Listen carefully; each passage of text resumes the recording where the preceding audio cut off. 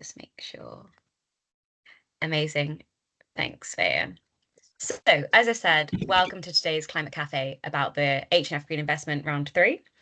Before we delve into this exciting opportunity, for those of you who've never attended one of our Climate Cafes before, these are a series of webinars hosted by the climate team at H&F to support residents and businesses take climate action locally. And the aim of these bite-sized sessions is to share opportunities to get involved and information on important topics. We'd also really love them to be resident-led, so do let us know if you've got ideas for future topics.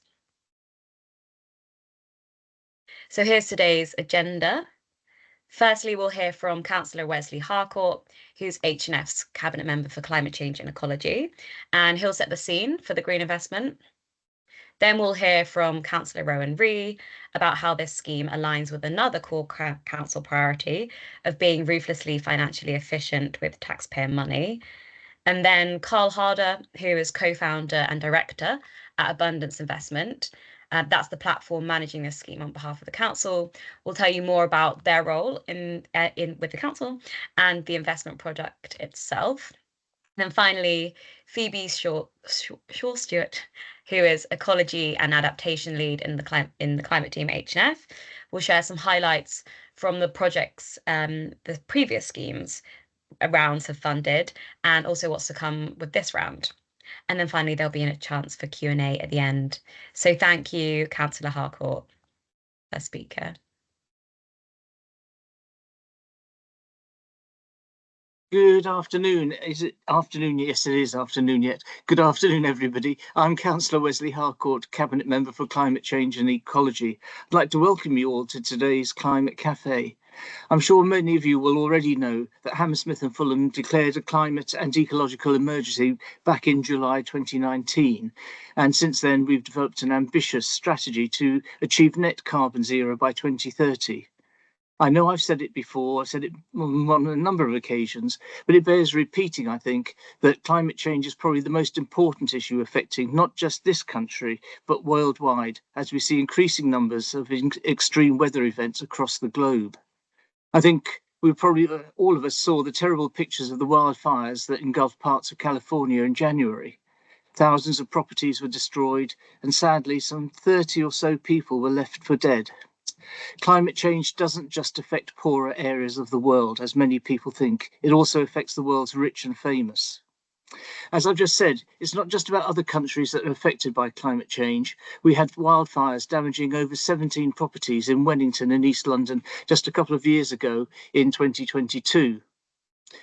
Various climate predictions are suggesting that by the middle of the century, just 25 years away, an average summer in London will be 1/5 drier and 3 degrees warmer. Heat waves like 2022 are going to be even more common and probably even hotter still. I know at present we're seeing winters that may be milder, but they're also going to be wetter, storms, heavy rainfall more frequently. Again, just a quick reminder, I'm sure most of you will remember again storms Bert and Darrow last December, which brought floods in many parts of the country, not just affecting people's homes, but businesses too. Very often we think of the storms, we see the pictures on the television, and it's people's properties, people's homes that are being damaged. It's not just private properties, it's actually has a major effect on businesses too. Storm Eowyn, if that's how it's pronounced, in late January this year was also so fierce. You may recall it prompted red warnings and an emergency alert being sent to mobile phones in Scotland. I think that's the first time that emergency alert's been used. In Tenbury Wells in Worcestershire, there was talk of it being the first town centre to be abandoned over climate change, as businesses have been flooded 7 times over the last 4 years. So let's not forget that we here in Hammersmith are affected too. Do you remember the floods we had here just back in July 2021? These are another reminder that climate change isn't something that happens elsewhere.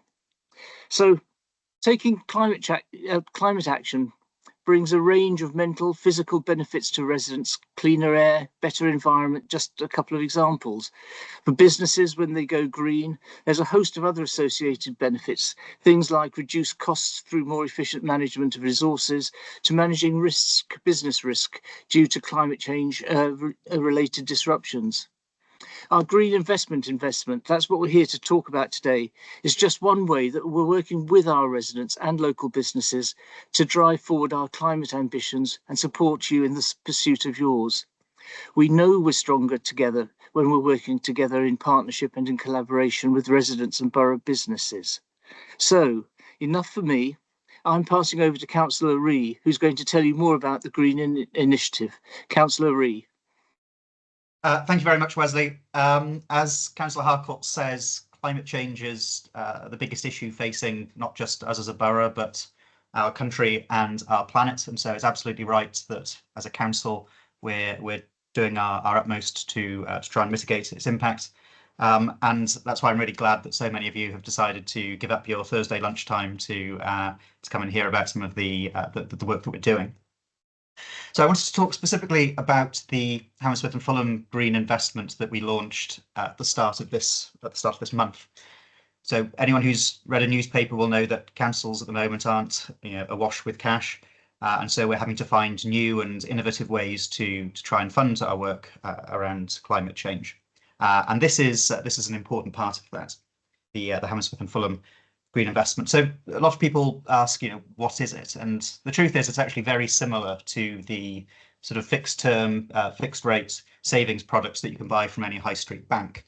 The two differences are, firstly, that rather than being run by a private company, it's run by a council, so it can't go bankrupt. And secondly, the money that's put into the scheme, every penny of that is then used to fund vital environmental projects here within the borough of Hammersmith and Fulham.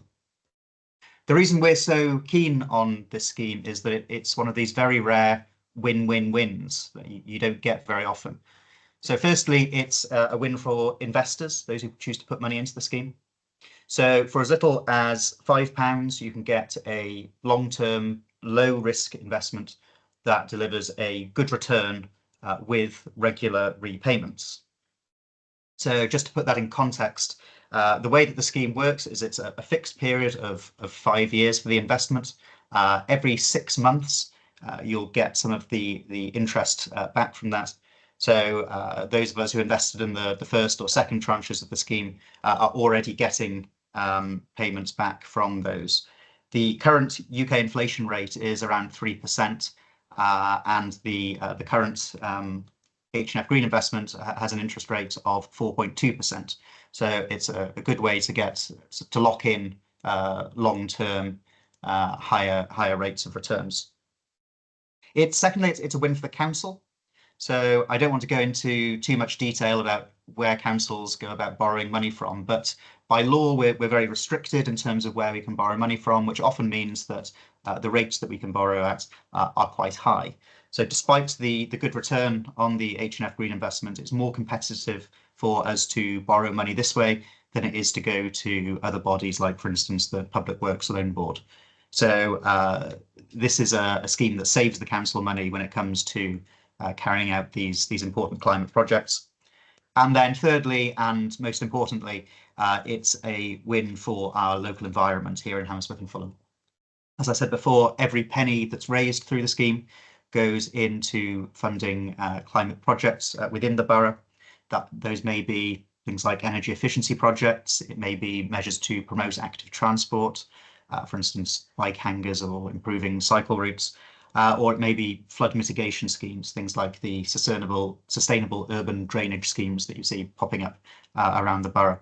Phoebe's going to go into a bit more detail later on in the presentation about some of the things that the scheme has funded. I think one of the concerns that people sometimes have about the scheme is that they're just not as familiar with council investment schemes like this as they are with other savings products. But that's something that's going to change, I think, in the coming years. More and more councils now are choosing to raise money in this way, and I'm sure Karl's going to touch on this in the future. When we launched the first one of these schemes back in 2023, we were the only council doing so at the time. Now, with this latest one that we've raised, we're doing it alongside Hackney and Bristol, who are looking to raise money at the same time for similar projects. So that just gives an idea of how this is growing as a concept and how more and more people are choosing to take part in it. Here in Hammersmith and Fulham, as I say, we were an early adopter of this sort of approach for raising money, and it's something that we really believe in. So whereas most councils who went into this decided they wanted to raise perhaps £500,000 or £1 million, we were when we went in, we were the largest, looking to raise the largest amount of any council in the country. We've said we're going to raise up to £5 million through this scheme, and that could be increased in the future. Already, we've had 1,300 individual investors putting money into the scheme, and we've raised more than any other council in the country through this.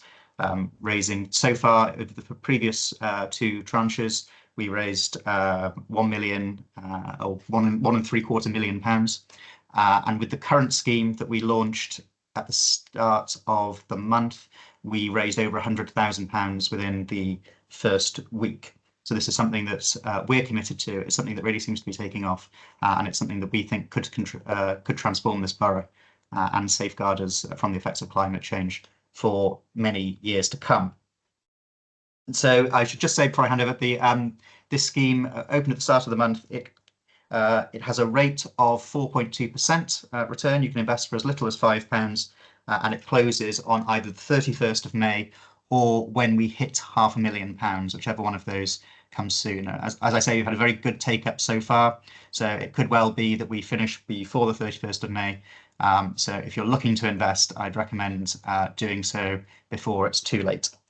Now, for a few more details about the scheme, I'm going to hand over to Karl from Abundace. Brilliant. Thank you, Cllr Ree. And hello, everyone. Thank you for, giving up your lunch and coming across and learn a little bit more about the climate investment. So I'm going to talk a little bit about our role. We're Abundace Investment. We're a regulated investment platform that's required to facilitate the investment, linking you as the citizens, the investors, to the council, and making sure that is done in compliance with the various financial services rules. So we've been sort of focused on green investing since we launched in 2012, and sort of as well as being FCA authorised, we're also authorised by HMRC as an ISA manager, which means that if you want to make an investment into Hammersmith and Fulham to lend your money to them, you can do that through an ISA wrapper as well, and that means the returns are obviously tax-free. So in very simple terms, just to outline sort of the bits that we do to make this all come together, we are the body that sort of essentially the channel through which the council communicate to the public, and our role there is to make sure that those communications are compliant with the various rules. When you come forward as individuals to invest, you deposit money into our client money account that you access through our platform, and then that money is ultimately passed across to the council, and then the council pays the money back into our client money account, and we distribute that back to people, the interest payments and capital repayments across the term of the investment. We're also the conduit for the communications that come from the council to their investors, updating them as to how your money, the investors' money, has been deployed across the borough, and sort of highlighting those projects, really down to a street level, so you can be walking around Hammersmith and Fulham and know that you are near or far from various projects that have been delivered with your money. And the final bit that we sort of do within the platform is we host a resale market. So yes, this is a 5-year term investment, but there is an opportunity to sell. It operates a little bit like eBay, but it's not a guaranteed sale, and that's an important thing to understand. Your ability to sell is based on there being somebody who wants to buy, but that market is sort of operating and giving people an opportunity to exit. So the other key bit we do as Cllr Ree and Cllr Harcourt highlighted, this is obviously for green projects. It's about trying to sort of accelerate that deployment and of green infrastructure within the borough, and critically make that deployment more efficient by saving councils money. One of the things that we do is make sure that the offer is done in compliance with what is known as the green loan principles. So this is an internationally recognised framework for essentially classifying green investment. So we worked with the body that supported the UK government for if you're a green finance geek, you might be aware that the Green government, the UK government was the first, or the British government was the first government to issue a green bond to fund national green infrastructure. And we've essentially taken that process and mirrored it down to the council level to give us sort of a stamp of approval on the delivery of the process in line with the green agenda. So what that means in practice is every pound that is invested delivers a green project. To be in compliance with the green loan principles, the council has to sort of report on that deployment. This is obviously something they're very keen to do anyway, and make sure people are aware of how their money has been spent. And then our role within that again is to provide assurance, just to make sure that those projects are delivered in the appropriate time and that they are sort of quantifiably green. So I'm just going to quickly run through the key pages of the website so you sort of familiarise yourself with how you go about making an investment. So if you are interested in learning more, you can go to the Hammersmith and Fulham website where there's pages there. They will link across to the platform where we host the investment. That's abundanceinvestment.com. And it is a fairly straightforward process. There is a sign up button. You have to create an initial account, and that's sort of name, email, address. Then you can go to the page, navigate to where the council investments sit. That's following the invest button and then the council. And you'll see the open council investments, and Hammersmith and Fulham are there as the first tile. And obviously, as Cllr Ree said, when Hammersmith and Fulham took that sort of very brave step of breaking ground and being one of the first councils to do this, they very much catalysed a wider community of councils that are following behind, and that's great to see, because we're looking to build the awareness of this type of investing. This is a way to really support councils deliver green in places across the UK. And I think in the challenging times that I think we probably all feel we've got at the moment, where maybe that macro sort of global consensus on climate is, well, I suppose it has been broken, and even in the UK we've got that political consensus on climate being tested. What we're really motivated by in Abundace is supporting the institutions that are very much leading the charge on climate action. So yes, this is a green investment. Yes, you earn a return. Yes, it puts your money to work delivering green projects, but it's in a way it's also a vote of confidence in the bodies, the councils, your council, Hammersmith and Fulham, sort of delivering on the green agenda.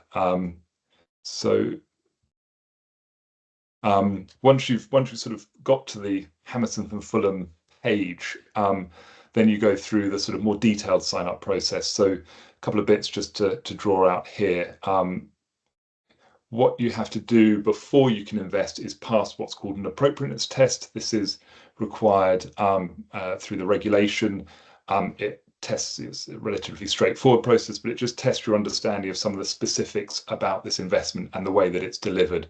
I can definitely sort of flag that it's worth just reading those two links that I've highlighted with the yellow arrows, because there are some specific points that if you're not aware of, you might get tripped up on in the test, and a quick sort of skim of those links will make sure you're in the best position to sort of pass that test efficiently. Once you're through that process, you can then decide whether you invest through an ISA or a general account. And then it's a fairly straightforward process of allocating the amount of money that you want to invest and making a payment. I jumped aside. Making a payment, which we use open banking technology, so connection straight to your bank account, or you can do a bank transfer to our client money account, where it then gets allocated to your account. Once you have made an investment, you have a account page that you can navigate to. You'll see the investment, and this is where your interest payments and capital repayments will be made to. So you'll see your cash, your investments, and you can either withdraw the cash back to your own bank account, or in theory reinvest it into future issues of the H&F Green Investment, so that you can build a portfolio of investments over time. And also through this page, you'll see the updates. as to how your money is being deployed.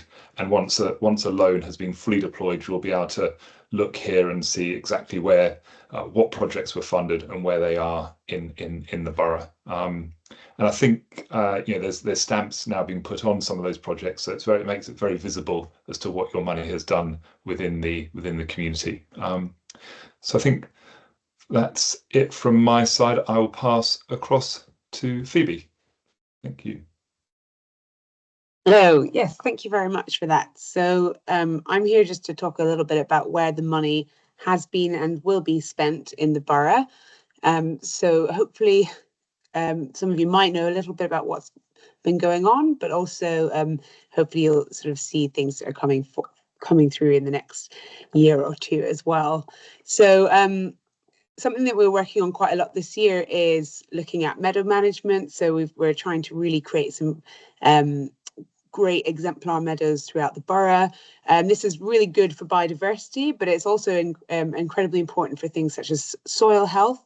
It really slows down water flow. So if you've got really good soil, it can actually absorb a lot more water and be a lot more resilient. And also by creating these really biodiverse and healthy areas within the borough, we can create a place where people can connect with nature for their own health and well-being.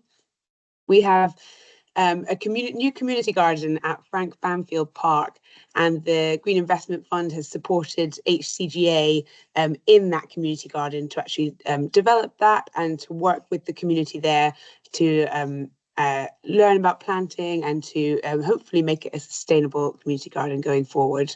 And it's a really lovely space, so I'd encourage everyone nearby to pop down if you can. There are some King Street rain gardens that are currently in process and are to be planted up next week. And these are sustainable drainage systems, which have been touched upon before. So this is just one example of them, and they'll be extended as well as part of the Green Investment funding. So that's very important, again, for slowing down the water flow, tackling issues such as surface water flooding, but also bringing greenery into these very kind of grey infrastructure areas in the borough, so along our roads and pavements. And then we have Purcell Crescent depaving. So Purcell Crescent's a slightly odd little park joined onto Lily Road Recreation Ground. And that this project took up what was originally the kind of end of the Crescent, but which had just been absorbed into the park. And it's really, so it's removed the old impermeable road and created a kind of network of new permeable pathways, which make it a really much more cohesive space, really lovely to be in. And also there are native hedge plants planted along the boundary, and there's a lot more greenery there in general. So I'd encourage also anyone who's near there to pop along if you can. And got one more slide. So we have downpipe planters in the plan for the Green Investment Fund going forward. We've already installed some at a school where the school children actually approached us to try and think of solutions to the climate crisis. And so we were able to find funding elsewhere to install some downpipe planters there, and they were incredibly successful. So again, they're a sustainable drainage feature. So they stop their school playground becoming flooded during times of high rainfall, but they also bring greenery into the playground as well, which is fabulous. So we'd like to roll them out more at that school and at others. There's ivy screens and school greening also on the agenda for some green investment funding. So that's a really important way, again, to provide additional greening in schools and allow kids to actually get involved with that, learn about biodiversity, but also they can form a really good barrier between playgrounds and busy roads, which helps to protect the children from the dirty air from the roads and improve air quality for them. There are cycle hangers, so 15 cycle hangers were already installed from the first tranche of the Green Investment Fund, but we're looking to install more with the extra funding that we're getting, and also looking to install cargo bike docks, which are becoming more important for people getting around in a low carbon manner. So that's really exciting. And then finally, more green verges, sustainable drainage systems, and rain gardens. So we've seen a lot of these be installed successfully, but we've got room for more, and our Healthy Streets team are doing a fantastic job of identifying new opportunities. So there are current consultations and designs out at the moment from the initial round of funding, and there are more that have been identified that we're hoping to fund.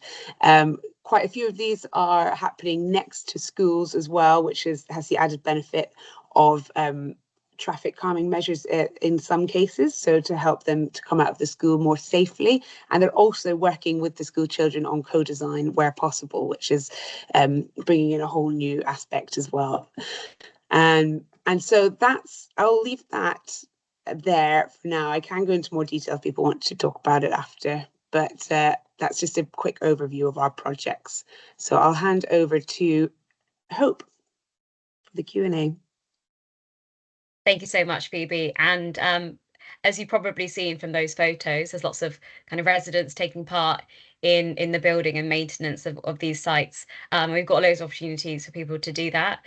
So it's nice, not only just to see where your money's going, but also be part of, the planting and others. And all those opportunities will include in our newsletter. But Phoebe, if you've got anything you'd like to promote to people, do just put that in the chat. So yeah, thank you to our speakers. It's now time for questions for those speakers. I couldn't see that there are any in the Q&A function so far, so I will just ask people to raise a hand to ask questions. And to kick us off, I have one before. I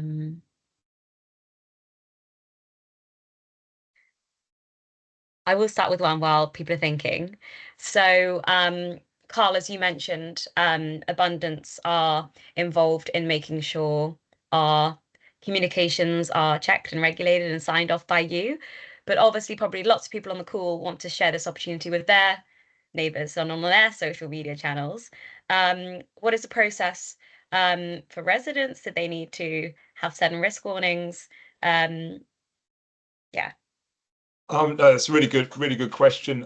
So in terms of an individual sharing the news with another individual or through their social media, you're absolutely free to do that. You don't need to attach any risk warnings. That the process that we then have is that people, when they come to the platform, they have to go through a fully compliant process before they can invest. But yes, feel free to talk to your friends about it if you want to.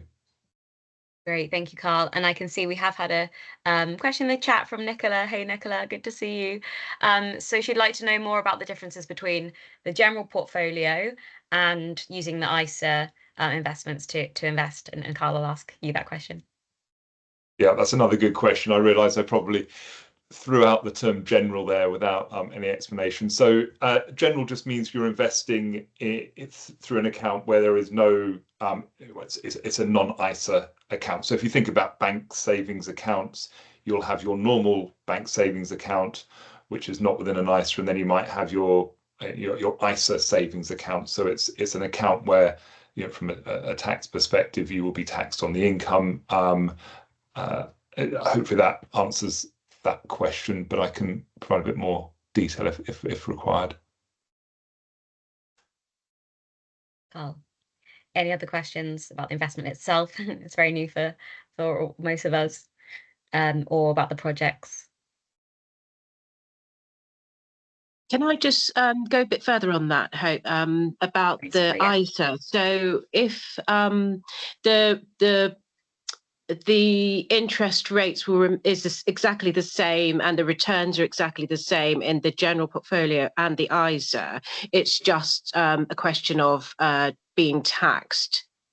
Is that correct? So the exactly ISA that. So it's exactly that. So it's your when you make the investment, what you're essentially buying is a loan with an interest rate, which is the 4.2%, which Cllr Ree outlined, and that can be held within an ISA. It's called an innovative finance ISA, which is the type of ISA that is used for this type of investing. And yes, you could hold the same loan in your general account, and that would be taxed. And as with all ISAs, you can only open one innovative finance ISA, but you could have your bank cash ISA and a stocks and shares ISA, and have your ISA allowance, which is currently £20,000, spread across those three different types, essentially. There is FAQs on our platform which also help with the detail of the ISA piece if people need more detail as well. Thanks, Karl, and thanks, Nicola. And there is also there's a chat feature on your website, isn't there, for people to ask questions? Exactly. There's a very Maria and Tom who are on the support side.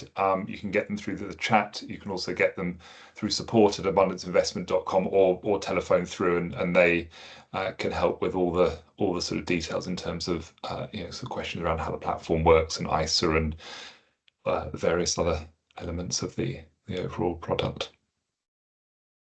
Thanks, Karl. There's just another question in the Q&A. So yeah, how long will it take to see a return? Is asked that question. So shall I take that one as well? So yeah. The loan pays out every 6 months. So you'll get your interest and a proportion of your capital paid back every 6 months across the 5-year term period. So Thanks, it's great, thank you.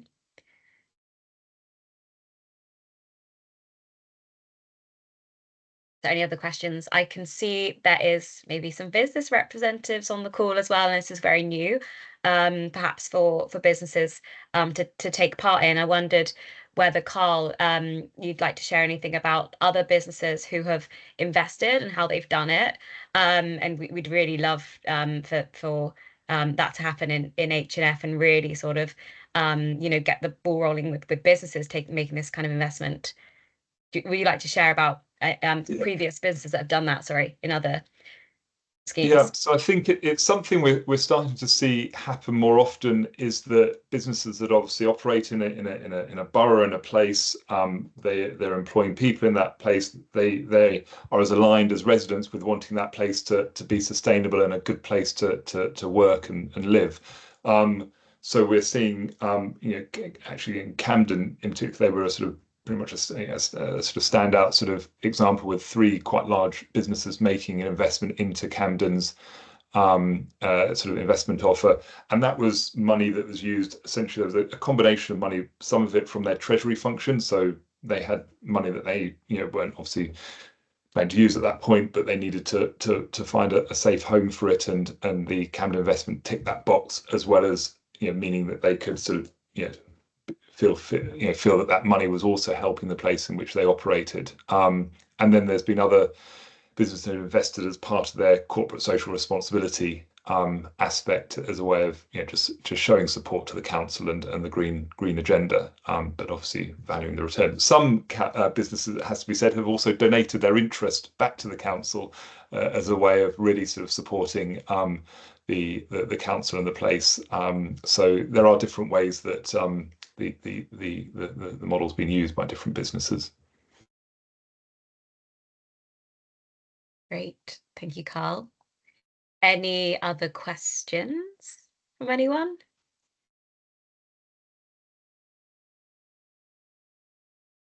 Well, thanks so much, and thanks to speakers. I have just got a final slide with a few other ways that you can sort of stay involved with taking climate action locally. So, of course, obviously investing in this scheme and spreading the word about the opportunity with your networks, from your work colleagues to your neighbours, is just one way you can take an active role in H&F's transition to net zero. But here's 4 other things you can do. So firstly, you can sign up to our Climate Connect newsletter.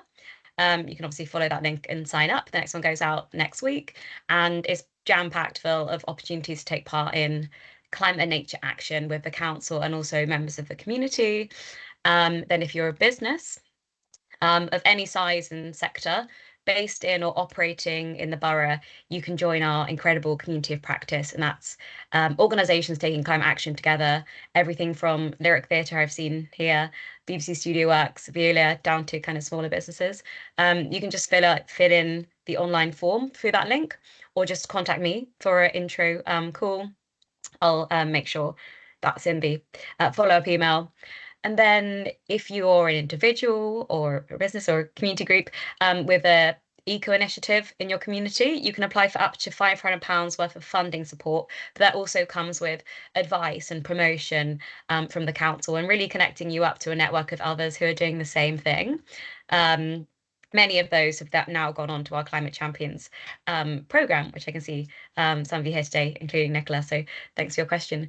And finally, we know that women globally are disproportionately impacted by climate change, but they're also often on the front lines of pushing for change, sort of grassroots level. And this month, as you may know, it's Women's History Month in H&F this March, and there's so much happening across the borough. But we're also really particularly proud to see so many climate-inspired events, from a women's mending circle to a women's cycle maintenance class as well happening. So there's a few ways that you can sort of stay involved. But thank you, everyone. We finished a bit early, which is nice for people's lunch breaks. Do have a lovely rest of your day, and we'll follow up with all the